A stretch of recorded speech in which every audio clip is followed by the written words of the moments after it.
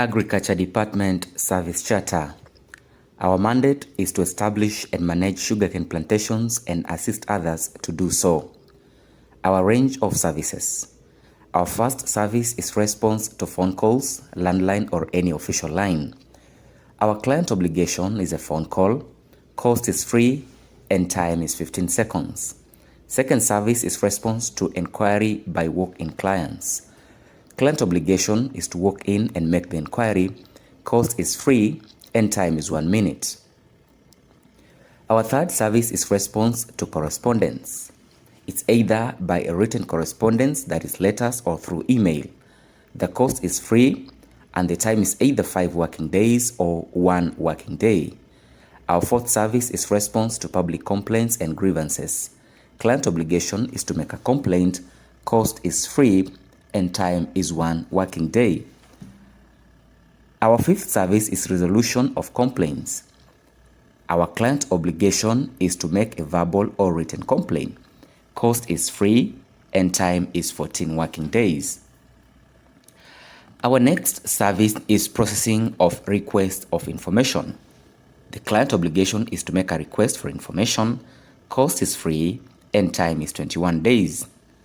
Next is sugarcane farmer recruitment. The client obligation is to provide photocopy of the national ID, photocopy of bank plate, and sign cane farming contract and declare land ownership. Cost is free and the time frame is 2 weeks. Our next is land preparation. Client obligation is to carry out bush clearing. Cost is free and time is before plowing. Our next service is plowing. Client obligation is to check and confirm standards are met and to sign a certificate of service completion, that is a CSC, or acknowledge of debt, that is an AD. The cost is 11,617 shillings per hectare. The time frame is within 14 days. Our next service is survey. Client obligation is to show plot for survey, confirm the areas covered, and sign certificate of service completion or the acknowledgement of debt.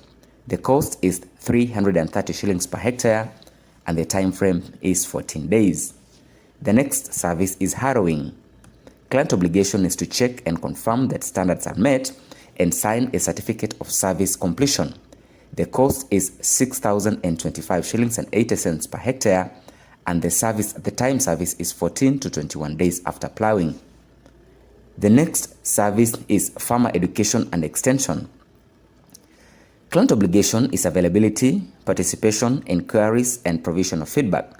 Service is free and it takes the daily, weekly, and monthly, quarterly, and annual reports. The next service is input supply.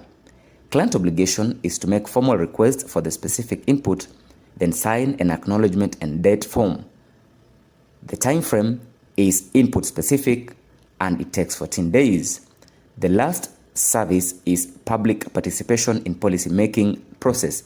The client obligation is familiarization with issues and active participation. The cost is free and the time is 1 day.